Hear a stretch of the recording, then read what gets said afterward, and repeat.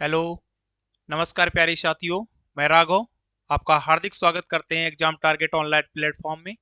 कैसे हो सभी लोग? आई होप सभी लोग बहुत अच्छे होंगे और पढ़ाई संबंधी कार्य भी बहुत अच्छे से कर रहे होंगे। चलो स्टार्ट करते हैं आज के सेशंस को। देखो बेटा, हम लोग बायोलॉजी पढ़ रहे थे और बायोलॉजी के अंतर्गत हमने बहुत सारे कॉन्सेप्ट को बहुत अच्छे से कवर कर लिया है। हमने बायोलॉजी के अंतर्गत हमने बायोलॉजी इंट्रोडक्शन कवर कर लिया, हमने इंपॉर्टेंट टर्मिनोलॉजी कवर कर ली, हमने बहुत सारे सेल्स पढ़ लिए। उसके साथ साथ हमने लवक पढ़ लिया, लवक के साथ साथ हमने बेटा क्या पढ़ लिया? प्रकाश संश्लेषण। नेक्स्ट क्लास का जो भी हमारा टॉपिक्स था वो था प्रकाश संश्लेषण। क्या था? प्रकाश संश्लेषण। प्रकाश संश्लेषण को हम लोगों ने बहुत अच्छे से खत्म किया था। एक एक पॉइंट पे हम लोगों ने बहुत अच्छे लेवल पे बात की थी और बहुत अच्छी तरीके से हमने चीजों को समझना भी स्टार्ट किया था और समझे भी थे बहुत अच्छे से। ठीक है, चलो हमने उसी प्रकाश संश्लेषण के दौरान हमने वो भी चीजें जानी जो प्रकाश संश्लेषण से रिलेटेड यानी कि जुड़ी हुई चीजें थी। फिर वहीं पे हमने लगे हाथ आपको हमने वो भी बता दिया था क्या होता है स्वपोषी और क्या होता है विषमपोषी, किसे कहते हैं ऑटोट्रॉप्स, किसे कहते हैं हेट्रोट्रॉप्स। उसको भी हमने वहीं पे क्या कर लिया था? डिफाइन कर लिया था। उसी का एक छोटा सा पॉइंट, लास्ट का पॉइंट बचा है जो प्रकाश संश्लेषण से ही जुड़ा हुआ पार्ट है, तो लगे हाथ हम उसको भी खत्म कर लेंगे इसके बाद में।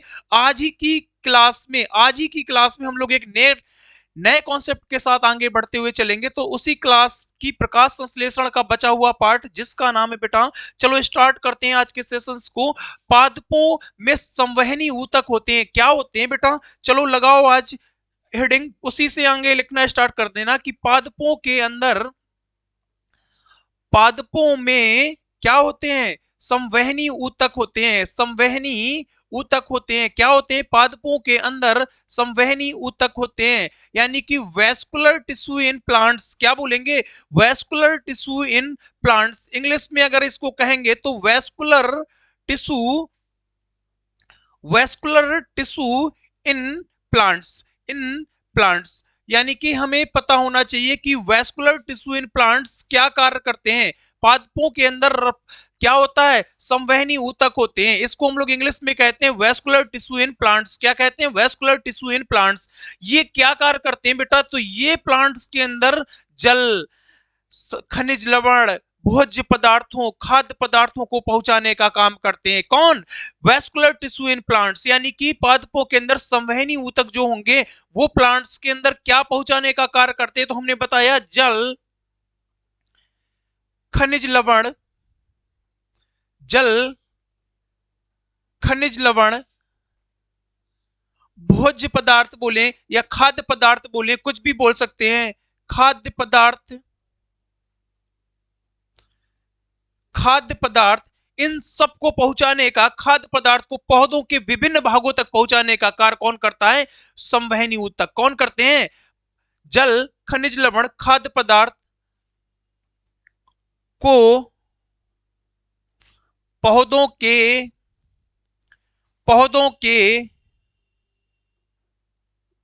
विभिन्न भागों तक, विभिन्न भागों तक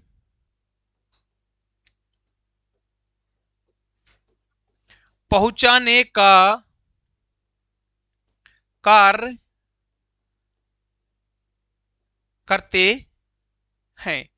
क्या कार्य? पौधों के विभिन्न भागों तक पहुंचाने का कार्य करते हैं। कौन? Vascular tissue. कौन बेटा? Vascular tissue. हमने हेडिंग डलवाई कि पादपों के अंदर संवहनी ऊतक होते हैं जिसको हम लोग कहते हैं वेस्कुलर टिश्यू इन प्लांट।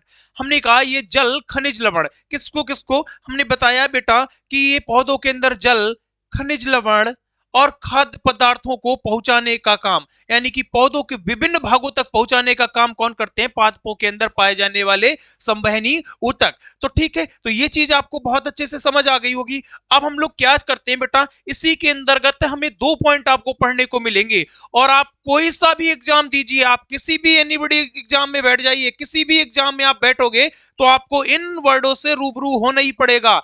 तो हमने कहा कि जैसे जल पहुंचाने का काम कौन करता है, खाना पहुंचाने का प्लांट्स के अंदर काम कौन करता है? तो बेटा एक वर्ड है जाइलम। क्या नाम है बेटा? जाइलम। देखो जाइलम क्या कार्य करता है? जाइलम, जाइलम का वर्क क्या होता है, जाइलम का वर्क क्या होता है। और एक वर्ड है बेटा जिसका नाम है फ्लोएम। क्या नाम है? जिसका नाम है फ्लोएम, जिसका नाम है फ्लोएम। तो देखो जाइलम और फ्लोएम ये दो वर्ड है, हमें इनसे जुड़े हुए जितने पॉइंट होंगे हम उनको कवर करेंगे। हमने कहा एक वर्ड है जाइलम और एक वर्ड है फ्लोएम। फ्लोएम, फ्लोएम को हम लोग ऐसे लिख लेंगे, ठीक है। चलो फ्लोएम, ठीक। तो आओ समझते हैं क्या है जाइलम, क्या है फ्लोएम। देखो ये दोनों पॉइंट, तो जाइलम का काम होता है प्लांट्स के अंदर जल पहुंचाना, पूरे भागों में, प्लांट्स के विभिन्न भागों में जल पहुंचाने का काम कौन करता है? जाइलम करता है। जाइलम का काम है जल पहुंचाना, पूरे के पूरे प्लांट्स में जल पहुंचाने, जल पहुंचाने का काम कौन करता है? जल पहुंचाने का कार्य, जल पहुंचाने का कार्य कौन करता है? जाइलम। कौन करता है बेटा? जल पहुंचाने का कार्य कौन करता है? तो हमें पता चला कि जल पहुंचाने का काम जाइलम करता है।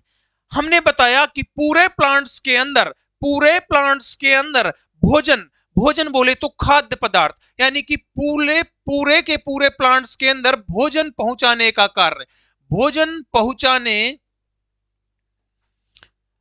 का कार्य, भोजन पहुंचाने का कार्य कौन करता है? तो हमें पता चला कि पूरे के पूरे प्लांट्स के अंदर भोजन पहुंचाने का कार्य कौन करता है?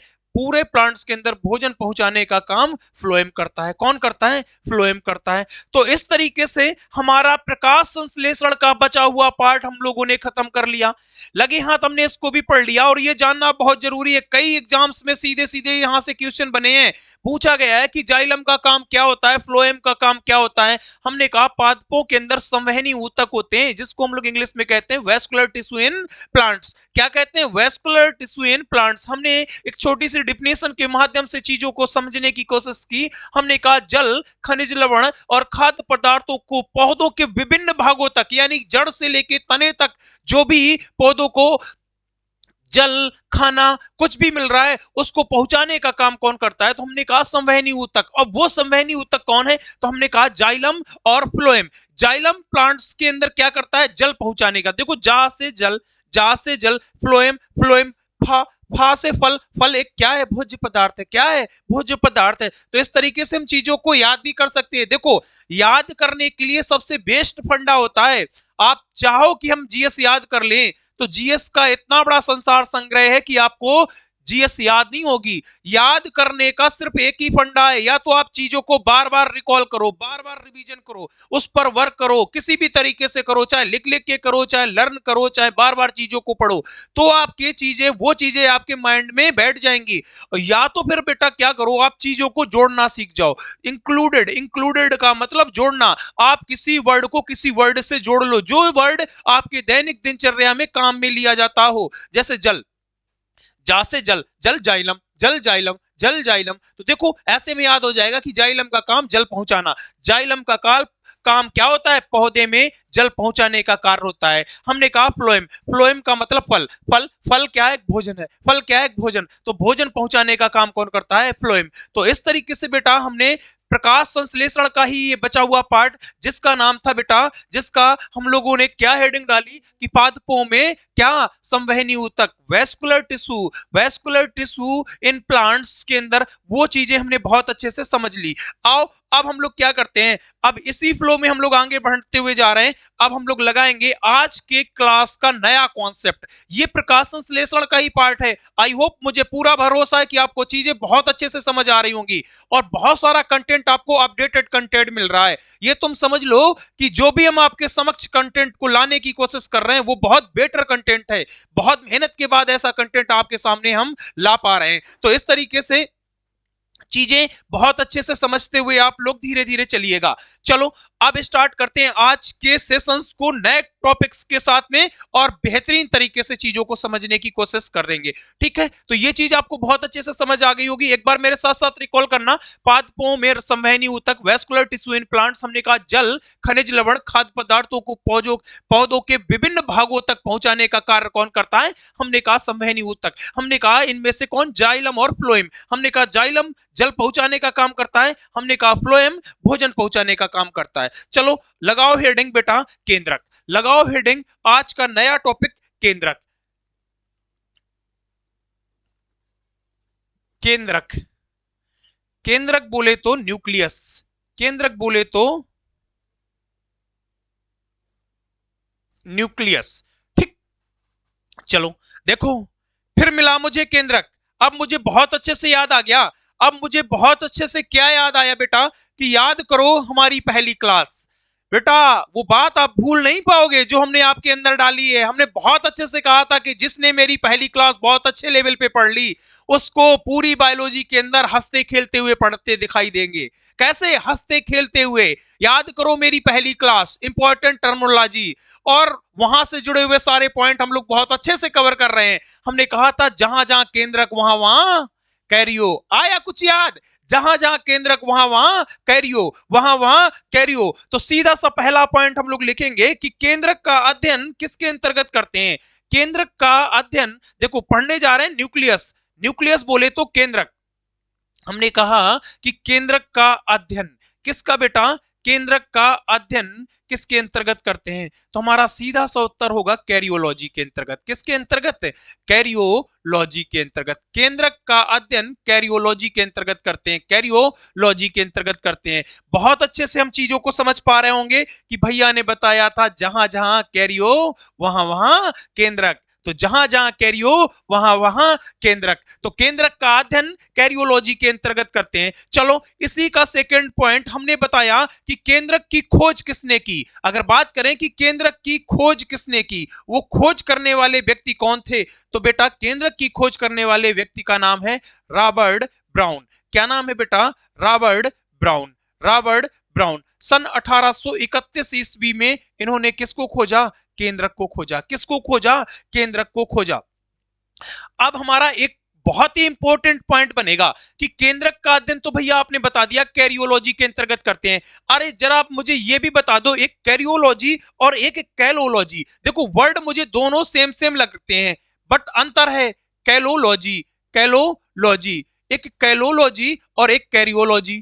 ठीक है, देखो कैलोलॉजी के अंतर्गत किसका अध्ययन करते हैं? तो बेटा कंफ्यूज ना होना आप, ये चीजें आप यहीं पे लगे हाथ इसको भी कवर कर लो। देखो जो चीजें हमें कंफ्यूज करती हैं हम उनको एक ही जगह डिफाइन कर देते हैं। क्यों डिफाइन करते हैं? ताकि आप कंफ्यूज, कैरियो कैलो, कैरियो कैलो, तो एक तरीके से थोड़ा सा मिसअंडरस्टैंडिंग टाइप्स का वर्ड लग रहा है, लेकिन हमें कंफ्यूज नहीं होना है। कैरियो होगा तो केंद्रक होगा, कैलो होगा तो कैलोलॉजी के अंतर्गत क्या करते हैं बेटा? तो कैलोलॉजी के अंतर्गत सुंदरता का अध्ययन करते हैं। किसका? सुंदरता का अध्ययन करते हैं। कैलोलॉजी के अंतर्गत किसका अध्ययन करते हैं? सुंदरता का अध्ययन करते हैं। किसका अध्ययन करते हैं बेटा?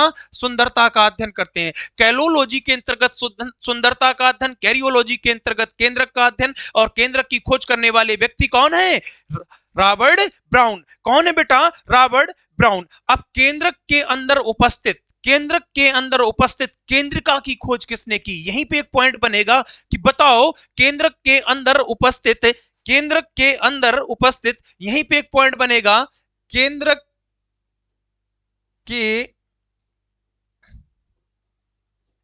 अंदर, केंद्रक के अंदर उपस्थित केंद्रिका, केंद्रक के अंदर उपस्थित केंद्रिका की खोज किसने की? केंद्रिका की खोज किसने की? तो बेटा केंद्रक के अंदर उपस्थिति, केंद्रक के अंदर उपस्थित, केंद्रक के अंदर उपस्थित, केंद्रक के अंदर उपस्थित केंद्रिका, केंद्रिका की खोज किसने की? तो बेटा इसकी खोज करने वाले व्यक्ति का नाम है फोंटाना। क्या नाम है बेटा? फोंटाना।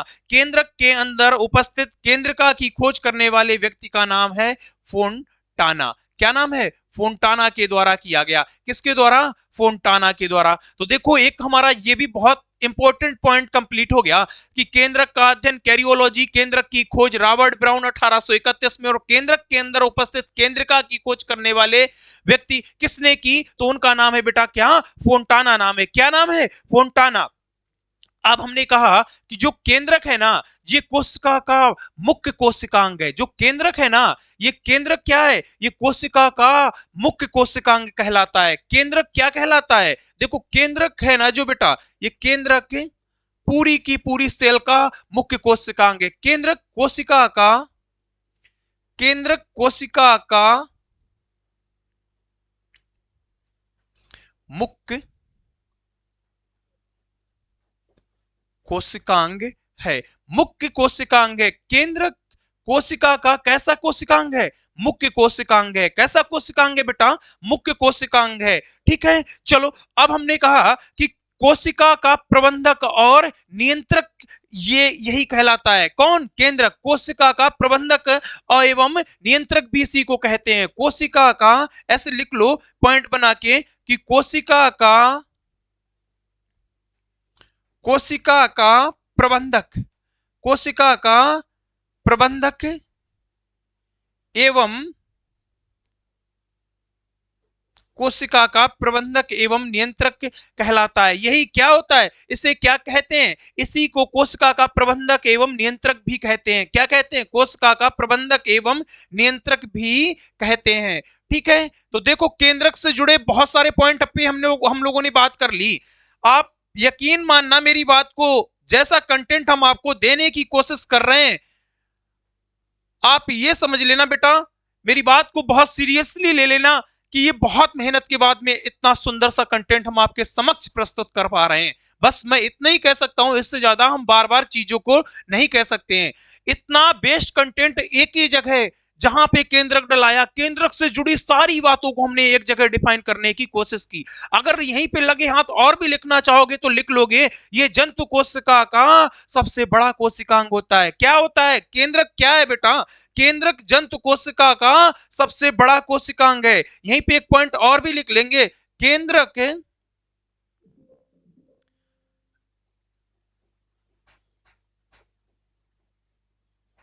केंद्रक जंतु कोशिका का सबसे बड़ा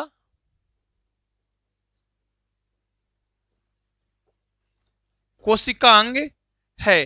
केंद्रक जंतु कोशिका का सबसे बड़ा कोशिकांग है। चलो, तो इस तरीके से हमने केंद्रक पे बहुत अच्छे से बातें कर ली और बहुत अच्छी तरीके से आपको चीजें समझ भी आ रही होंगी।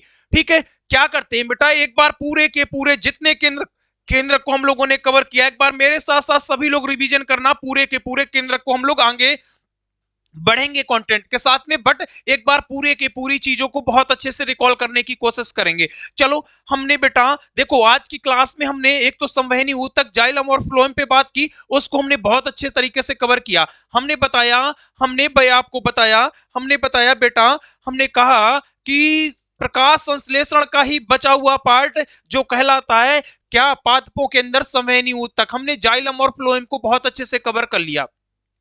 हमने क्या किया बेटा, हमने हमने कहा, उसको समझ लिया कि जाइलम का काल जल पहुंचाने का और फ्लोएम का काम भोजन पहुंचाने का। उस कॉन्सेप्ट को क्लियर करने के बाद में हम लोग आगे बढ़े। हमने आज की हेडिंग डलाई, आज का नया कॉन्सेप्ट डलाया केंद्रक। हमने कहा चलो आओ केंद्रक से जुड़ी हुई बातें करते हैं। सबसे पहला पॉइंट हमने बताया बेटा, केंद्रक का अध्ययन किसके अंतर्गत? कैरियोलॉजी के अंतर्गत। याद करो मेरी पहली क्लास हमने बताया था कि जहां जहां कैरियो वहां वहां केंद्रक, जहां जहां हाइड्रो वहां वहां पानी, जहां जहां हाइग्रो वहां वहां आर्द्रता, जहां जहां जीरो वहां वहां सूखा, जहां जहां कार्डियो वहां वहां हृदय, जहां जहां लैक्ट वहां वहां दूध और दही, जहां जहां और नीतो वहां वहां क्या होगा? पक्षी। ऐसी बहुत सारी एंड्रो, क्रायो, गाइनो, महिला, सारी चीजों पे हम लोगों ने बहुत अच्छे से बातें की थी और उनको समझा भी था। उनसे जुड़े हुए पॉइंट देखो बड़े काम के पॉइंट हो रहे हैं। और हमने ये भी कहा था कि जहां जहां मुझे इस क्लास का अस्क मिलेगा, हम वहां वहां आपको जरूर इंडिकेट करेंगे कि याद करो मेरी पहली क्लास। और वही क्लास मुझे यहाँ पे एक वर्ड दे के चली गई जिसका नाम कैरियो है। क्या नाम है बेटा? कैरियो। हमने कहा कैरियो का मतलब केंद्रक, तो अध्ययन अगर कहेंगे तो कैरियोलॉजी के अंतर्गत। हमने कहा अगर कैरियो को पढ़ेंगे तो कैलो को भी पढ़ लेंगे, क्योंकि ये मुझे वर्ड एक जैसे लगते हैं, है नहीं लेकिन लगते मुझे कैलोलॉजी, कैरियोलॉजी, कैलोलॉजी, कैरियोलॉजी। ठीक है, तो इस तरीके से हमने बताया कैलोलॉजी के अंतर्गत किसका अध्ययन करते हैं? सुंदरता का अध्ययन करते हैं। हमने कहा केंद्रक की खोज करने वाले व्यक्ति का नाम रॉबर्ट ब्राउन है। जब कब की भैया? तो हमने बताया 1831 ईस्वी में की। हमने कहा केंद्रक के अंदर उपस्थित केंद्र का क्या? केंद्र के अंदर उपस्थित केंद्रका की खोज किसने की? फोंटाना ने। चलो ऐसा करते हैं, एक छोटा सा फिगर केंद्रक का बना लेते हैं ताकि हमें चीजें बहुत अच्छे से समझ आ जाएं। चलो यहां पे हम लोग बना लेते हैं। हमने कहा ये है हमारा केंद्रक, ये है हमारा केंद्रक।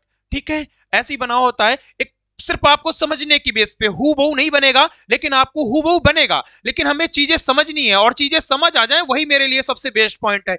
हमने कहा केंद्रक के अंदर धागे नुमा संरचना दिखती है। कैसी दिखती है बेटा? धागे नुमा संरचना दिखती है। केंद्रक के अंदर धागे नुमा संरचना दिखती है।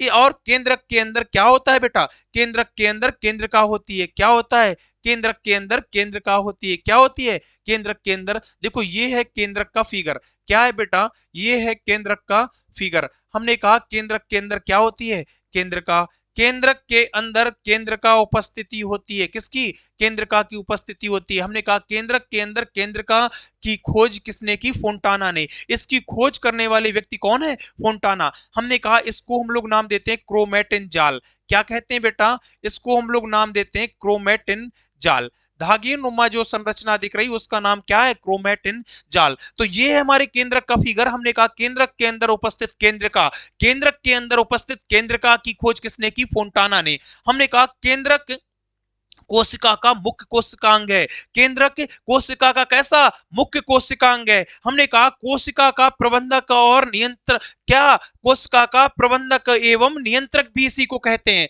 बड़ा इंपॉर्टेंट 3 स्टार पॉइंट। आप यकीन करना मेरी बातों पे कि ऐसे पॉइंट आपको कहीं ना कहीं देखने को मिलेंगे। कोशिका का प्रबंधक एवं नियंत्रक भी किसे कहते हैं? हमने कहा केंद्रक को कहते हैं। सेल का प्रबंधक एवं नियंत्रक किसे कहते हैं? हमने कहा केंद्रक को कहते हैं। हमने कहा केंद्रक जंतु कोशिका का सबसे बड़ा कोशिकांग है। कैसा कोशिकांग है? सबसे बड़ा कोशिकांग है। तो इस तरीके से केंद्रक से जुड़ी जितनी सारी बातें थी हमने एक ही स्लाइड पे आपके समक्ष प्रस्तुत कर दी, और आई होप, मुझे पूरा भरोसा है कि आपको चीजें बहुत अच्छे से समझ आ रही होंगी। चलो, ये हमने एक छोटा सा फिगर बनाया। अब नेक्स्ट स्लाइड पे हम लोग बेटा क्या करते हैं? एक फिगर और बना के हम लोग चीजों को और आगे बढ़ाते हैं। केंद्रक से ही जुड़ी बातें और अच्छे लेवल पे करेंगे। ठीक है, चलो, तो ये चीज आपको बहुत अच्छे से समझ आ गई होगी। आओ आगे बढ़ते हैं, आगे बढ़ते हैं बेटा। आगे बढ़ने के साथ साथ हम लोग क्या करेंगे? एक छोटा सा फिगर बनाएंगे केंद्रक का। ये है हमारे केंद्रक का फिगर। हमने कहा केंद्रक के अंदर क्या होती है? धागे नुमा संरचना होती है। केंद्रक के अंदर क्या होती है? धागे नुमा संरचना होती है। हमने कहा केंद्रक के अंदर क्या पाया जाता है? केंद्रिका पाया जाता है। केंद्रक के अंदर क्या पाया जाता है? केंद्रिका पाया जाता है। ये है हमारे केंद्रक का फिगर। काहे का फिगर बेटा? केंद्रक का फिगर। हमने कहा केंद्रक के अंदर क्या है? धागे नुमा संरचना। क्या है बेटा? धागे नुमा संरचना। इसी धागे नुमा संरचना को हम लोग क्या नाम देते हैं? हमने कहा इसको कहते हैं क्रोमेटिन। क्या? क्रोमेटिन जाल। क्या कहते हैं बेटा? क्रोमेटिन जाल। क्रोमेटिन जाल, इसको कहते हैं क्रोमेटिन जाल। हमने कहा इसका नाम हम लोग देते हैं केंद्रिका। क्या नाम देते हैं? केंद्रिका। क्या कहते हैं बेटा? केंद्रिका कहते हैं। क्या कहते हैं? केंद्रिका। तो देखो, केंद्रक के अंदर केंद्रिका, ये हमारा केंद्रक, और हमने कहा ये धागे नुमा संरचना जिसका नाम क्रोमेटिन जाल। अब हमारा क्वेश्चन बनता है कि भैया क्रोमेटिन जाल ये काहे का बना होता है? तो बेटा क्रोमेटिन जाल गुणसूत्र का बना होता है। किसका बना होता है? गुणसूत्र का बना होता है। क्रोमेटिन काहे का बना होता है? क्रोमेटिन जाल काहे का बना होता है? गुणसूत्र के बने होते हैं। गुणसूत्र बोले तो इसको हम लोग कहते हैं क्रोमोसोम। क्या कहते हैं? क्रोमो सोम। इसको हम लोग नाम देते हैं क्रोमोसोम। तो गुणसूत्र काहे के बने होते हैं? क्रोमोसोम के बने होते हैं। अब अगर यहीं पे एक बात और पूछ दे आपसे कि बताओ भैया, अगर हमें इतना पता चल गया केंद्रक के अंदर धागे अनुमा संरचना को क्रोमेटिन जाल कहते हैं, क्रोमेटिन जाल काहे का बना होता है? गुणसूत्र का बना होता है। और गुणसूत्र काहे के बने होते हैं? तो देखो बेटा, बेसिकली गुणसूत्र काहे के बने होते हैं? गुणसूत्र बेटा DNA plus RNA plus histone protein, plus histone protein काहे के बने होते हैं? Histone protein. गुणसूत्र काहे के बने होते हैं? तो हमें पता चला कि DNA RNA plus histone protein, ये गुणसूत्र हमारे काहे के? डीएनए के बने होते हैं, आरएनए के बने होते हैं, और हिस्टोन प्रोटीन। यानी कि तीन तीन पार्ट से हमारा क्या बनता है? गुणसूत्र बनता है। डीएनए, आरएनए और हिस्टोन प्रोटीन के मिक्सअप से क्या बनते हैं? गुणसूत्र बनते हैं। चलो, तो इस तरीके से हमें पता चला केंद्रक, केंद्रक के अंदर धागे नुमा संरचना क्रोमेटिन जाल कहलाती। क्रोमेटिन जाल काहे का बना होता है? गुणसूत्र का बना होता है। गुणसूत्र को हम लोग कहते हैं क्रोमोसोम। तो हमने कहा गुणसूत्र काहे का बना होता है? DNA RNA plus histone protein का बना होता है। तो एक वर्ड मिला मुझे, गुणसूत्र। कौन सा? गुणसूत्र। और अक्सर एग्जाम में बेटा यहां से क्वेश्चन होते हैं। गुणसूत्र से आपको कहीं ना कहीं क्वेश्चन देखने को अवश्य मिल जाएंगे। क्या होता है क्रोमोसोम? मनुष्य के अंदर कितने क्रोमोसोम होते हैं? कितने पार्ट्स में इसको डिवाइड करते हैं? कितने टाइप टाइप्स के पार्ट्स होते हैं। तो ऐसे गुणसूत्र से जुड़ी जितनी बातें होंगी अब हम लोग आगे इसी फ्लो में बढ़ते हुए चले जाएंगे और सारा का सारा गुणसूत्र भी इसी क्लास के अंदर कवर कर लेंगे। ठीक है, चलो तो आओ बात करते हैं गुणसूत्र। सबसे पहला पॉइंट हमारा बनेगा, सबसे पहला पॉइंट बेटा हमारा बनेगा, वो पॉइंट हमारा क्या बनेगा कि भैया आपने बता तो दिया गुणसूत्र, और गुणसूत्र को कहते हैं क्रोमोसोम। अब हमें ये नहीं पता होगा कि गुणसूत्र शब्द को देने का काम किसने किया। सबसे पहले जो इस दुनिया के अंदर, इस धरातल के अंदर गुणसूत्र वर्ड मिला, जो मुझे शब्द ये गुणसूत्र मिला, इसको देने का कार्य किसने किया, गुणसूत्र शब्द किसने दिया। तो बेटा गुणसूत्र शब्द को देने वाले व्यक्ति का नाम है वाल्डेयर। क्या नाम है बेटा, वाल्डेयर। वाल्डेयर, क्या नाम है, वाल्डेयर। एक तरीके से कह सकते हैं हम लोग कि गुणसूत्र की खोज किसने की, वाल्डेयर ने। यानी कि गुणसूत्र शब्द देने का काम किसने किया, वाल्डेयर ने। किसने किया, वाल्डेयर ने। और थोड़ा सा गुणसूत्र के फिगर को डिफाइन करते हैं। इसी स्लाइड में हम लोग क्या करते हैं, गुणसूत्र के फिगर को डिफाइन करते हैं। देखो गुणसूत्र अगर बेसिकली देखेंगे तो डीएनए प्लस हिस्टोन प्रोटीन का, लेकिन आरएनए का भी इसमें रोल होता है। ठीक है, चलो तो एक तरीके से ये है हमारे गुणसूत्र का फिगर। कहा क्या बेटा, गुणसूत्र का फिगर। देखो चीजों को समझते जाओ और फिगर के माध्यम से समझोगे ना तो आप जीवन में कभी भूल नहीं पाओगे। और हम यही चाहते हैं, मेरे दिल की हार्दिक इच्छा यही है कि आप चीजों को कभी भूल ना पाओ। देखो ये वाली एरिया क्या कहलाएगी, डीएनए की। कहेगी डीएनए की। जो ये है बेटा, ये क्या है, हिस्टोन प्रोटीन। क्या है, हिस्टोन प्रोटीन। देखो छोटे छोटे स्टेप से बढ़ रहे हैं, आप देखना ऐसे ही हम लोग आगे आगे बढ़ते चले जाएंगे। केंद्रक पढ़ा, केंद्रक के अंदर ही हमें क्रोमेटिन जाल मिल गया। क्रोमेटिन जाल काहे का बना होता है, गुणसूत्र का बना होता है। गुणसूत्र काहे के बने होते हैं, डीएनए, आरएनए और हिस्टोन प्रोटीन की। तो देखो गुणसूत्र जब कवर कर लेंगे तो जाहिर सी बात है गुणसूत्र किसका बना है। देखो धागेनुमा संरचना गुणसूत्र की बनी है। धागेनुमा संरचना होती कहां है, केंद्रक में होती है। तो केंद्रक पढ़ा, केंद्रक के अंदर धागेनुमा संरचना मिल गई तो गुणसूत्र पढ़ लिया। हमने कहा गुणसूत्र काहे से बना होता है, डीएनए आरएनए हिस्टोन प्रोटीन से पड़ा होता है। तो हम हिस्टोन प्रोटीन पढ़ेंगे, आरएनए पढ़ेंगे, डीएनए पढ़ेंगे। तो जाहिर सी हमें पता लग रहा होगा, पक्का मुझे ये भी भरोसा हो रहा होगा कि अब आपको बहुत अच्छे से ज्ञात हो रहा होगा कि अब अगली क्लास भैया की जो भी होगी वो डीएनए से रिलेटेड होगी। ठीक है, तो देखो चीजें हम लोग एक स्टेप के अकॉर्डिंग कर रहे हैं। ये नहीं कर रहे हैं कि आप आए और सीधा स्टार्ट कर दिया। हमने सीक्वेंस में लेके चले। पहले हमने चीजों को समझाना स्टार्ट किया कि अगर हाइड्रो होगा तो पानी होगा, हाइग्रो होगा तो आर्द्रता होगा, जीरो होगा तो सूखा होगा। फिर हमने क्या किया बेटा, हमने सेल्स को पढ़ा। हमने ये नहीं किया डायरेक्ट आपको, और सेल्स के बाद में हमने फिर बहुत सारे सेल्स पढ़े। फिर हमें लवक मिला, हमने वहीं पे लवक को डिफाइन कर दिया। फिर हमें प्रकाश संश्लेषण मिला, हमने वहीं पे प्रकाश संश्लेषण को डिफाइन कर दिया। प्रकाश संश्लेषण से हमने बहुत सारी चीजें समझी। आप यकीन मानना कि प्रकाश संश्लेषण जितना मैंने आपको पढ़ा दिया है, आप अगर उतना कवर कर ले गए तो मुझे नहीं लगता है कि प्रकाश संश्लेषण से अगर क्वेश्चन बनेगा तो फिर उससे बाहर जाएगा।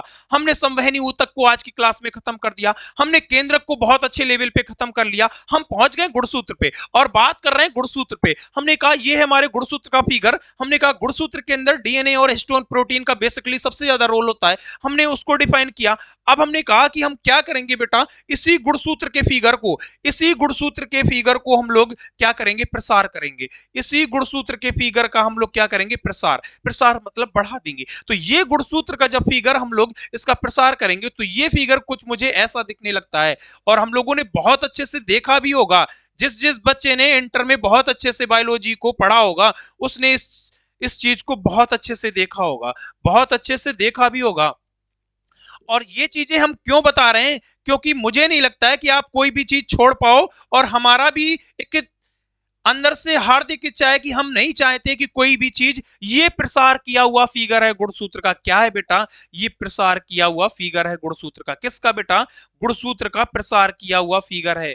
क्या है, गुणसूत्र का प्रसार किया हुआ फिगर है। हमने कहा कि इसी गुणसूत्र के अंदर, इसी गुणसूत्र के अंदर ये मिड वाले भाग को हम लोग नाम देते हैं सेंट्रोमियर। क्या नाम देते हैं, सेंट्रोमियर। क्या नाम देते हैं, सेंट्रोमियर। हमने कहा गुणसूत्र के मध्य वाले भाग को क्या नाम देते हैं, सेंट्रोमियर। हमने कहा जो मुझे ये वाली एरिया दिख रही है, ये वाली एरिया दिख रही है, इसको हम लोग कहते हैं टीलोमियर। क्या कहते हैं बेटा, टीलोमियर। तो आप भले ही आप फर्स्ट टाइम पढ़ रहे हो कि क्या भैया टीलोमियर क्या और सेंट्रोमियर, लेकिन हमें पता तो है कि अगर टीलोमियर मिलेगा तो हम तुरंत जान जाएंगे कि भैया ने इसको कहां पे डिफाइन किया, गुणसूत्र में। सेंट्रोमियर मिला, हमने कहा भैया ने कहां पे, हमने कहा सेंट्रोमियर क्या है, ये गुणसूत्र का मध्य भाग है। ये टीलोमियर क्या है, गुणसूत्र का ये वाले भाग को हम लोग क्या कहते हैं, टीलोमियर। हम लोग इसको क्या नाम देते हैं बेटा, ये है आर्म्स। क्या, आर्म्स। आर्म्स मतलब ये मुझे कैसे दिख रही है, बाहेनुमा।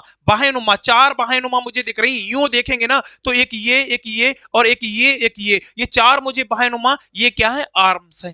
चलो तो एक बार मेरे साथ गुणसूत्र को देखना है बेटा। देखो केंद्रक को हमने ऑलरेडी कवर कर लिया। हमने बताया केंद्रक के अंदर धागे नुमा संरचना है जिसको हम लोग क्रोमेटिन जाल कहते हैं। हमने कहा क्रोमेटिन जाल काहे का बना होता है, हमने कहा गुणसूत्र का बना होता है। गुणसूत्र को हम लोग इंग्लिश में कहते हैं क्रोमोसोम। हमने कहा गुणसूत्र काहे का बना होता है, तो हमने बताया डीएनए, आरएनए और हिस्टोन प्रोटीन का बना होता है। हमने कहा अगर गुणसूत्र वर्ड मुझे मिल गया, हमें इसके बारे में चर्चा करनी है, हमें इसके बारे में पढ़ना है, तो बेटा हमें यह बताओ कि गुणसूत्र शब्द को देने का काम किसने किया। तो हमारा सीधा सा उत्तर होगा बेटा गुणसूत्र देने वाले व्यक्ति का नाम वाल्डेयर महोदय। क्या नाम है, वाल्डेयर। उन्होंने गुणसूत्र को दिया। मुझे इस गुणसूत्र की खोज करने वाले व्यक्ति कौन, वाल्डेयर महोदय। फिर हमने बताया कि वाल्डेयर महोदय ने जब गुणसूत्र को डिफाइन किया तो इस तरीके का कुछ फिगर दिया। किस तरीके का, कुछ इस तरीके का फिगर दिया। और इस फिगर से हमें क्या पता करना है, इस फिगर किससे हमें यही चीज पता करना है कि ये है गुणसूत्र का फिगर। हमने कहा ये बेसिकली डीएनए और हिस्टोन प्रोटीन का बना होता है। हमने कहा कि अगर इसी फिगर का हम लोग प्रसार कर देंगे, इसी फिगर का हम लोग प्रसार कर देंगे, तो हमने कहा कुछ ये फिगर इस टाइप का दिखने लगेगा। और हमने कहा इस टाइप का दिखने लगेगा, तो हमने कहा मध्य वाले भाग को हम लोग क्या कहते हैं, सेंट्रोमियर। और हमने कहा इस वाले भाग को क्या कहते हैं, टीलोमियर। हमने कहा ये जो मुझे दिख रही हैं, ये मुझे जो चार बाहेनुमा दिख रही हैं, ये क्या है, आर्म्स। आर्म्स मींस भुजा, ऐसी भुजानुमा दिख रहा है। क्या दिख रहा है, ये मुझे भुजानुमा पार्ट क्या कहलाएगा, आर्म्स कहलाएगा। ठीक है, तो इस तरीके से हमें यहाँ पे ये भी हमारे गुणसूत्र से जुड़े ये पॉइंट बहुत अच्छे से कंप्लीट हो गए।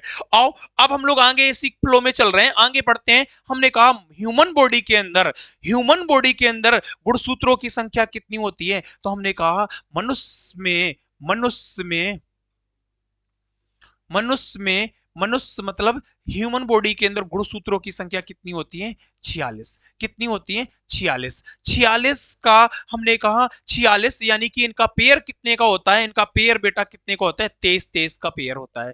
23 23 का यानी कि 23 का जोड़ा होता है। पेयर का मतलब 23 की जोड़ी होती है। कितनी, एक जोड़ी 23 की होगी, दो जोड़ी यानी कि 46। तो यानी कि इनका पेयर कितने का होता है, 23 का। ह्यूमन बॉडी के अंदर गुणसूत्रों की संख्या कितनी होती है, 46। ये क्या है, गुणसूत्रों की संख्या है। क्या है बेटा, गुणसूत्रों की संख्या है। चलो धीरे धीरे चीजों को समझते हुए चल रहे हैं और बहुत अच्छे से हमें पक्का भरोसा कि आपको चीजें समझ भी आ रही होंगी। हमने कहा मनुष्य के अंदर गुणसूत्रों की संख्या 46 होती है। पेयर कितने का होता है, 23 का। यानी कि 23 का एक जोड़ा होता है, दो जोड़े हो जाएंगे, तो यानी कि एक फीमेल का 23 जोड़ा और एक मेल का 23 जोड़ा, दो टोटल से मिला के जब बच्चे में जो बच्चा तैयार होगा, जो जाइगोट तैयार होगा, हमने कहा उसकी बॉडी में गुणसूत्रों की संख्या कितनी हो जाएगी, 46 हो जाएगी। आओ आगे समझते हैं, धीरे धीरे चीजों को समझते हुए चलते हैं। अब हमने कहा कि ये जो 46 गुणसूत्र हैं, इसको हम लोग दो पार्ट्स में डिवाइड करते हैं। कितने पार्ट्स में डिवाइड करते हैं, दो पार्ट्स में डिवाइड करते हैं। हमने कहा एक गुणसूत्र होते हैं जिनको हम लोग कहते हैं कायिक गुणसूत्र। क्या कहते हैं बेटा, कायिक गुणसूत्र। कायिक गुणसूत्र क्या कहते हैं बेटा, कायिक गुणसूत्र। देखो गुणसूत्र को डिफाइन कर रहे हैं। हमने कहा एक होते हैं कायिक गुणसूत्र और एक होते हैं लैंगिक गुणसूत्र। कौन होते हैं, लैंगिक गुणसूत्र। एक होते हैं लैंगिक गुणसूत्र। ठीक है, देखो गुणसूत्र को हमने दो पार्ट्स में डिवाइड किया, कायिक गुणसूत्र और लैंगिक गुणसूत्र। हमने कहा लैंगिक गुणसूत्र को हम लोग इंग्लिश में कहते हैं सेक्स क्रोमोसोम। क्या कहते हैं बेटा, सेक्स क्रोमोसोम। क्या कहते हैं, सेक्स क्रोमोसोम्स। ठीक है, हमने कहा कि कायिक गुणसूत्र को इंग्लिश में कहते हैं ऑटोसोम्स। क्या कहते हैं, ऑटोसोम्स। Autosomes, autosomes. इसको हम लोग एक और भी नाम देते हैं, एल्लोसोम्स। इसको सेक्स क्रोमोसोम और इसी को हम लोग कहते हैं एल्लोसोम्स। क्या कहते हैं बेटा, एल्लोसोम्स। एल्लोसोम्स। ठीक है, एल्लोसोम्स बोले, सेक्स क्रोमोसोम बोले और कायिक गुणसूत्र बोले और हमने कहा लैंगिक गुणसूत्र बोले। तो ये है क्या बेटा, ये इस गुणसूत्र को हमने दो पार्ट्स में डिवाइड किया। हमने कहा एक होते हैं कायिक गुणसूत्र और एक होते हैं लैंगिक गुणसूत्र। आओ आगे हम लोग जानते हैं कि कायिक गुणसूत्रों की संख्या कितनी होती है। तो देखो कायिक गुणसूत्रों की संख्या बेटा कितनी होती है, कायिक गुणसूत्रों की संख्या 44 होती है। कितनी, 44 होती है। यानी कि 22 मेल का और 22 फीमेल का मिला के टोटल गुणसूत्रों की संख्या कितनी हो गई, 44। अगर बेटा 44 गुणसूत्र कायिक गुणसूत्र होते तो बेटा टोटल गुणसूत्र कितने होते हैं? 46 होते हैं। टोटल गुणसूत्र कितने होते हैं? 46 होते हैं। तो यानी कि अभी कितने गुणसूत्र बचे? 46 में 44 चले गए, कायिक गुणसूत्र तो कितने बचे? दो। दो गुणसूत्र यानी कि एक मेल का और एक फीमेल का, यानी कि दो जोड़ी, यानी कि दो गुणसूत्र की संख्या कौन सी हो गई? सेक्स क्रोमोसोम की, एलोसोम्स की। किसकी? एलोसोम्स की। एलोसोम्स की हो गई दो। दो। अब हमें पता चला ये जोड़ा कितने का? ये 22 और 22 का, ऐसे लिख लेंगे अगर याद पाएंगे तो। ये और 22 और 22 का, 22 मेल का और 22 फीमेल का। ठीक है, ये बेटा एक मेल का और एक फीमेल का, एक मेल का और एक फीमेल का, यानी कि दो ये हो गए और बेटा दो ये हो गए। तो इस तरीके से 46 गुणसूत्र का कॉन्सेप्ट हमारा यहां से क्लियर हो गया। हमने कहा 44 होते हैं कायिक गुणसूत्र। इसी को और भी लिख लेंगे, इसी को दैहिक गुणसूत्र, दैहिक भी बोलते हैं। दैहिक क्या बोलते हैं? दैहिक गुणसूत्र। दैहिक गुणसूत्र भी इसी को कहते हैं। ठीक है, तो जानकारी के लिए अगर आपसे कोई कायिक पूछे, दैहिक पूछे, तो आप बता ले जाओगे ना बेटा, बहुत अच्छे से आप चीजों को बता ले जाओगे। ठीक है, चलो, कायिक, दैहिक, ऑटोसोम्स, बात सब एक ही है। हमने कहा इनकी संख्या कितनी? 44। हमने कहा इनकी संख्या कितनी? 44। तो आप ऐसे एक तरीके से ये चीजें हमने समझाने के बेस पे लिख दी। आप लोग जब नोट्स बनाना तो सुंदर सा नोट्स ऐसे ही बनना चाहिए, कंफ्यूजन क्रिएटर नोट्स ना होना चाहिए। हमारा एकदम क्लियर विजन वाला, क्लियर माइंडसेट वाला नोट्स होना चाहिए। कैसा? क्लियर विजन का और क्लियर माइंडसेट का नोट्स होना चाहिए, ताकि मेरे लिए हमें कोई भी कंफ्यूजन जैसा वर्ड ना मिले। तो लैंगिक गुणसूत्रों की संख्या दो और कायिक गुणसूत्रों की संख्या 44, 44 दो 46। तो इस तरीके से बेटा हमारा ये हो गया। अब जो ये लैंगिक गुणसूत्र, सेक्स, सेक्स का मतलब लैंगिक, लैंगिक गुणसूत्र। अब ये कायिक गुणसूत्र जो हैं ये कितने हैं? 44 हैं। जो लैंगिक गुणसूत्र हैं ये कितने हैं? तो हमने कहा ये बेटा दो हैं। अब ये जो लैंगिक गुणसूत्र हैं ये किसका निर्धारण करते हैं? ये करते हैं मेल और फीमेल का निर्धारण। किसका? ये करते हैं बेटा मेल और फीमेल का निर्धारण। किसका? मेल और फीमेल का निर्धारण। देखो एक छोटी सी चीज हम यहां पे समझ लेंगे कि मेल होगा, देखो मेल बोले तो पुरुष, ठीक, फीमेल बोले तो महिला, यानी कि फीमेल बोले तो महिला, यानी कि हमें कौन बताएगा लड़का है या लड़की है? हमें कौन बताएगा लड़का है या लड़की है? देखो नर होगा तो क्या होगा बेटा? X Y. नर होगा तो क्या होगा? X Y. नर होगा तो क्या होगा? X Y. फीमेल होगी तो क्या होगा? X x. क्या होगा? X x. ये क्रोमोसोम होंगे तब हम डिफाइन कर पाएंगे कि मेल होगा तो एक्स वाई और फीमेल होगा तो एक्स एक्स। फीमेल होगा तो एक्स एक्स, मेल होगा तो एक्स वाई। तो इस तरीके से बेटा हमें पता चल गया कि लिंग का निर्धारण कौन से क्रोमोसोम करते हैं। लिंग लड़की है या लड़का, इसका निर्धारण कौन करता है? तो हमने बताया कौन करता है? एलोसोम्स। लैंगिक गुणसूत्र, सेक्स क्रोमोसोम, बात एक ही है। चाहे एलोसोम्स बोले, चाहे लैंगिक गुणसूत्र बोले, चाहे सेक्स क्रोमोसोम बोले, बात एक ही है। चाहे कायिक गुणसूत्र बोले, चाहे दैहिक गुणसूत्र बोले, चाहे ऑटोसोम्स बोले, बात एक ही है। तो देखो चीजें हमें समझनी है, चाहे कायिक हो, चाहे दैहिक हो, चाहे ऑटोसोम्स हो, सब एक ही नाम है, सब एक ही नाम है। और हमें यही वर्ड पकड़ने हैं। देखो एग्जामिनर क्या करता है? आपके साथ खेलने की कोशिश करता है। तो हम इतने होशियार खिलाड़ी बन जाएं कि बेटा तुम खेलो, हम तुमसे बड़े वाले खिलाड़ी। तो हमें इन चीजों को पता करना है कि दैहिक क्या होता है, एलोसोम्स क्या होता है। आओ थोड़ा सा दैनिक जीवन से जोड़ते हुए इसको समझ लेंगे कि देखो लड़का, पुरुष बोले तो लड़का, पुरुष बोले तो लड़का, पुरुष बोले तो लड़का, पुरुष बोले तो लड़का और महिला बोले तो लड़की। यानी कि लड़का और लड़की का निर्धारण कौन करता है? एलोसोम्स। कौन करता है? एलोसोम्स। आओ दैनिक जीवन से जोड़ते हुए हम चीजों को समझते हैं। कैसे समझते हैं? देखो ट्रिक्स का कोई हमारे दैनिक जीवन से सीधा सीधा संबंध नहीं है। ट्रिक्स का मेरे जीवन से सिर्फ एक ही संबंध है। ट्रिक्स से मुझे चीजें याद हो जाएं, वही मेरे लिए सबसे बड़ा प्लस पॉइंट, पॉजिटिव थॉट्स, सबसे वही मेन पॉइंट है मेरा। क्या है ट्रिक्स का रीजन? हमारी चीजें याद हो जाए। कैसे याद करना है? देखो माना किसी के घर में डिलीवरी होनी है, कोई प्रेग्नेंट वुमेन है, उनके घर में डिलीवरी होनी है। अब अगर जिस महिला को डिलीवरी होनी होती है तो जाहिर सी बात है जब उस डिलीवरी का उसका टाइम आता है तो हम उसको कहां ले जाते हैं? हॉस्पिटल ले जाते हैं। हॉस्पिटल ले गए, वहां पे एडमिट किया। एडमिट करने के बाद में जब वो महिला प्रेगनेंसी रूम पे चली जाती है तो हम लोग उनके फैमिली मेंबर्स होते हैं वो बाहर खड़े होते हैं, वेट कर रहे होते हैं कब बच्चा पैदा होगा और कब मुझे वहां से खुशखबरी आएगी।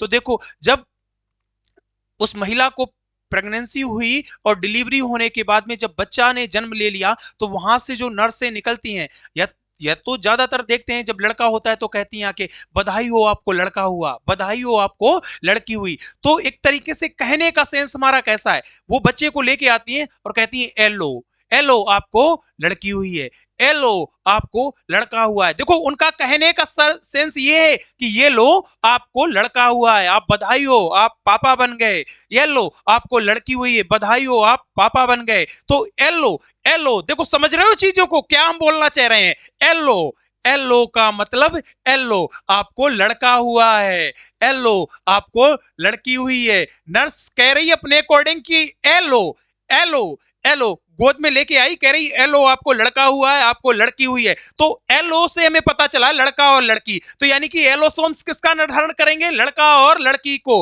वो नर्स यही कहती है ना, एलो आपको लड़का हुआ, बधाई हो आपको लड़की हुई, ये लो। तो यानी कि जब फैमिली मेंबर्स को गोद में बच्चा देने का कार्य करती है तो वो यही कहती है, ए लो आपको लड़का हुआ बहुत बहुत बधाई हो, ए लो आपको लड़की हुई बहुत बहुत बधाई हो। तो एलो से एलोसोम्स, तो एलोसोम्स किसका निर्धारण करेंगे, लड़का और लड़की का निर्धारण करेंगे। तो आपको बहुत अच्छे से चीजें समझ आ रही होंगी। देखो ये चीजें हम बार बार जोड़ के क्यों पढ़ा रहे हैं, ताकि आपके माइंड में एक बार चीजें सेटअप हो जाए तो आप जीवन पर्यंत इन चीजों को ना भूल पाओगे। ठीक है, चलो आओ अब यहीं पे एक नोट लगा के बेटा पॉइंट लिख लेंगे, यहीं पे नोट लगा के एक पॉइंट लिख लेंगे कि वो कौन सा ऐसा क्रोमोसोम है, वो कौन सा ऐसा गुणसूत्र है, वो कौन सा ऐसा गुणसूत्र है, कौन सा गुणसूत्र निर्धारण करेगा मेल और फीमेल का। तो यहां से हम चीजों को बहुत अच्छे से, यक्स यहां भी है, यक्स यहां भी है, तो जाहिर सी बात है अगर वाई लग गया है तो लड़का है। वो कौन सा गुणसूत्र है जो लड़का और लड़की का निर्धारण करेगा, तो वो एक एस, ये वाई गुणसूत्र है जो लड़का और लड़की को निर्धारण करता है। भाई एक्स में भी है, एक्स में तो एक्स एक्स से हमें पता चल गया, एक्स वाई है तो लड़का और एक्स एक्स है तो लड़की। लेकिन एक वाई गुणसूत्र अगर जिसमें लग जाएगा तो एक्स एक्स तो दोनों में सेम है, वाई लग गया तो क्या हो गया, लड़का। तो वाई गुणसूत्र एक ऐसा गुणसूत्र है जो लड़का और लड़की का निर्धारण करता है। वाई गुणसूत्र, वाई गुणसूत्र लड़का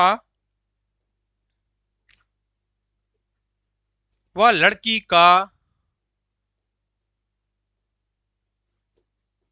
निर्धारण करता है। तो देखो हमें पता चला लड़का और लड़की एलोसोम्स। अब वो निर्धारण कौन करता है, तो फिर वो वाई क्रोमोसोम, कौन, वाई क्रोमोसोम क्या करता है, वाई क्रोमोसोम कौन सा ऐसा गुणसूत्र है जो लड़का और लड़की का निर्धारण करता है, तो हमने कहा वाई गुणसूत्र क्या करता है, लड़का और लड़की का निर्धारण करता है। कौन सा chromosome, Y chromosome, Y chromosome क्या करता है, लड़का और लड़की का निर्धारण करता है। चलो आओ एक बार मेरे साथ साथ रिकॉल करना। देखो गुणसूत्र हमने बताया टोटल कितने होते हैं, 46 होते हैं। कितने होते हैं, टोटल 46 होते हैं। एक ह्यूमन बॉडी के अंदर गुणसूत्रों की संख्या कितनी होती है, टोटल 46 होती है। हमने क्या किया, हमने कहा गुणसूत्रों को हम लोग, हमने कहा 23 का पेयर होता है, 23 का जोड़ी होता है, यानी कि दो जोड़ी हो जाएंगे मेल और फीमेल से, टोटल 46 हो जाएंगे।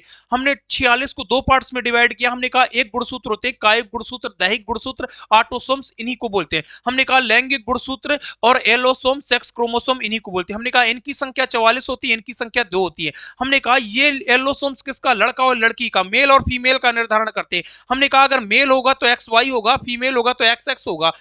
महिला, फीमेल का मतलब महिला, महिला का मतलब लड़की, मेल का मतलब पुरुष, पुरुष का मतलब लड़का। हमने कहा वाई क्रोमोसोम एक ऐसा क्रोमोसोम है जो लड़का और लड़की का निर्धारण करता है। तो मुझे पक्का भरोसा है कि आपको ये चीजें बहुत अच्छे से समझ आ रही होंगी। हम देखो स्लो चल रहे हैं, धीरे धीरे चल रहे हैं, लेकिन हम चीजों को बहुत अच्छे लेवल पे, एक एक्स्ट्रा ऑर्डिनरी टाइप से हम लोग चीजों को समझते हुए चल रहे हैं। ठीक है, चलो अब इसी में बेटा हम लोग क्या करते हैं, इसी में एक छोटा सा अपवाद है, जो अपवाद में है, अपवाद को भी हम लोग यहीं पे क्लियर कर लेंगे। वो अपवाद बेटा क्या है, वो अपवाद क्या है, देखो वो अपवाद क्या है। देखो हमें बहुत अंदर तक नहीं जाना है, एग्जाम ओरिएंट ही हमको पढ़ना है। हमने कहा अंडाणु, अंडाणु कहां से निकलता है, अंडाणु बोले तो ओवम, अंडाणु बोले तो ओवम, अंडाणु बोले तो ओवम। हमने कहा फीमेल से निकला अंडाणु, फीमेल से निकलता है अंडाणु। ठीक है, हमने कहा अंडाणु, अंडाणु। और हमने कहा मेल से निकला स्पर्म, क्या, अंडाणु एवं, ऐसे लिख लेंगे, एंड का फिगर बनाएंगे, और शुक्राणु, क्या, शुक्राणु।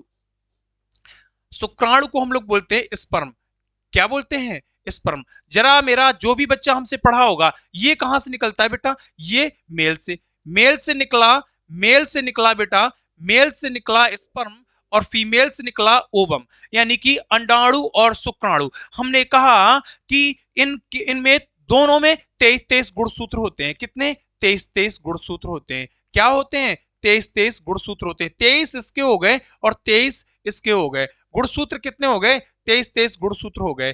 अब हमने कहा मेल से निकला अंडाणु और फीमेल से निकला स्पर्म। जब ये दोनों आपस में क्या करेंगे? जब ये दोनों आपस में क्या करेंगे? आपस में क्या करेंगे? फर्टिलाइजेशन। क्या करेंगे बेटा? फर्टिलाइजेशन। फर्टिलाइजेशन का मतलब होता है निषेचन। क्या करेंगे? फर्टिलाइजेशन यानी कि निषेचन करेंगे। तो निषेचन करेंगे तो फिर बेटा किसका निर्माण होगा? निषेचन के बाद किसका निर्माण होगा बेटा? निषेचन के बाद भ्रूण का निर्माण होगा। भ्रूण बोले तो भ्रूण बोले तो भ्रूण बोले तो बच्चा, यानी कि इसको हम लोग क्या कहते हैं? जाइगोट। क्या कहते हैं? जाइगोट। ठीक है, जाइगोट। तो अब जो जाइगोट बन के निकलेगा उसकी बॉडी में गुणसूत्रों की संख्या कितनी होगी? 46 होगी। ठीक है, ये एक छोटा सा कॉन्सेप्ट था। इस तरीके से हमको ये चीजें समझ आ गई। देखो आओ समझ लेते हैं इसको। कैसे समझ लेते हैं बेटा? देखो ऐसे समझ लेते हैं। हमने कहा कि मेल फीमेल से निकला अंडाणु जिसको हम लोग ओवम कहते हैं, मेल से निकला शुक्राणु जिसको स्पर्म कहते हैं। शुक्राणु की खोज किसने की? टेल मी, किसी को पता है? देखो बहुत अच्छे से हमने चीजें बताई हैं। शुक्राणु की खोज करने वाले व्यक्ति ल्यूवेनहॉक, बैक्टीरिया की खोज करने वाले व्यक्ति ल्यूवेनहॉक, लिविंग सेल्स की खोज करने वाले व्यक्ति ल्यूवेनहॉक। देखो हमने तीनों डिस्कवरी एक ही जगह बताई थी। ठीक है, चलो हमने कहा अंडाणु से 23 गुणसूत्र, फीमेल की बॉडी से 23 गुणसूत्र, मेल की बॉडी से 23 गुणसूत्र, दोनों का बीच में हुआ फर्टिलाइजेशन। फर्टिलाइजेशन मतलब निषेचन। तो एक बच्चे का निर्माण हो गया और बच्चे का निर्माण हुआ तो बच्चे की बॉडी में गुणसूत्रों की संख्या कितनी होगी? 46। तो ये भी चीज आपको बहुत अच्छे से समझ आ गई होगी। ठीक है, तो देखो गुणसूत्र के अंदर हम लोग बढ़ते चले जा रहे हैं। चलो अब हम लोग क्या करेंगे? अब यहीं पे बहुत सारे अपवाद आपको और भी पढ़ने को मिलेंगे। तो देखो ऐसा नहीं है कि हम लोग एग्जाम ओरिएंट पढ़ेंगे। एग्जाम ओरिएंट का मतलब हम लोग क्या करेंगे? हम लोग ऐसे पढ़ेंगे कि हमारी चीजें मेरे एग्जाम से रिलेटेड सारे कॉन्सेप्ट हमारे क्लियर हो जाए और हम एग्जाम क्रैक कर जाए, मेरी गवर्नमेंट जॉब लग जाए। देखो जब कभी टीचर बनने का मौका मिले, जब लगे आपको कि मुझे टीचर बनना है, तो फिर और ज्यादा डीप पढ़ना, फिर और अंदर तक चीजों को कवर करना। बेसिकली वैसे हम बहुत एक्स्ट्रा चल रहे हैं। आपके एग्जाम के अनुसार हम आपको वो डाटा कलेक्ट करा रहे हैं, वो कंटेंट कलेक्ट कलेक्ट करा रहे हैं कि आपको हम जितना पढ़ा रहे हैं वो मोर देन सफिशिएंट है। वो मोर देन सफिशिएंट है, यानी कि मुझे पक्का भरोसा है, हम पूरे यकीनन के साथ कह सकते हैं कि चीजें इससे बाहर नहीं होंगी, नहीं होंगी, नहीं होंगी। अगर होंगी ना तो फिर हम इसको भी कवर कर लेंगे साथ साथ। चलो याद होगा अभी हमने थोड़ी देर पहले हमने एक वर्ड आपको बोला, सेंट्रोमियर। देखो बोला, सबको बहुत अच्छे से याद होगा। देखो चीजों को समझते हुए चल रहे हैं। अभी हमने एक वर्ड बोला सेंट्रोमियर। जिसको जिसको याद नहीं है उसको हम याद दिला देंगे। जिसको जिसको याद नहीं है उसको हम क्या करेंगे बेटा? उसको हम याद दिला देंगे। चलो उसको याद दिला देते हैं। कहां पे? देखो अभी हमने ये वर्ड था मेरा, कौन सा? ये वर्ड था, ये है हमारा सेंट्रोमियर। हमने कहा कि गुणसूत्र के फिगर को प्रसार करके ऐसा बनाएंगे, इसके मध्य वाले भाग को सेंट्रोमियर, इसको टीलोमियर, और हमने कहा इसको आर्म्स कहते हैं। और हम पढ़ने क्या जा रहे हैं? थोड़ा सा सेंट्रोमियर के बारे में पढ़ लेंगे। क्या पढ़ लेंगे बेटा? बड़े काम की चीज है, नोट लगा लेना। बड़े मुश्किल से ऐसे कंटेंट को हम आपके समक्ष ला के प्रस्तुत कर रहे हैं। इस कंटेंट की वैल्यू आप बनाए रखना। मेरी वैल्यू बनाना ना बनाना वो एक अलग बात है, बट इस कंटेंट की वैल्यू आप लोग धैर्यता से पढ़ते रहना और ये कंटेंट आपको जरूर पॉजिटिव आउटपुट देगा, ये बात की मेरी गारंटी है। ठीक है, चलो हमने कहा कि सेंट्रोमियर के आधार पर गुणसूत्र को हम लोग 4 पार्ट्स में, कितने? सेंट्रोमियर के आधार पर गुणसूत्र के कितने प्रकार होते हैं? 4 प्रकार होते हैं। सेंट्रोमियर के आधार पर देखो सेंट्रोमियर के आधार पर गुणसूत्र के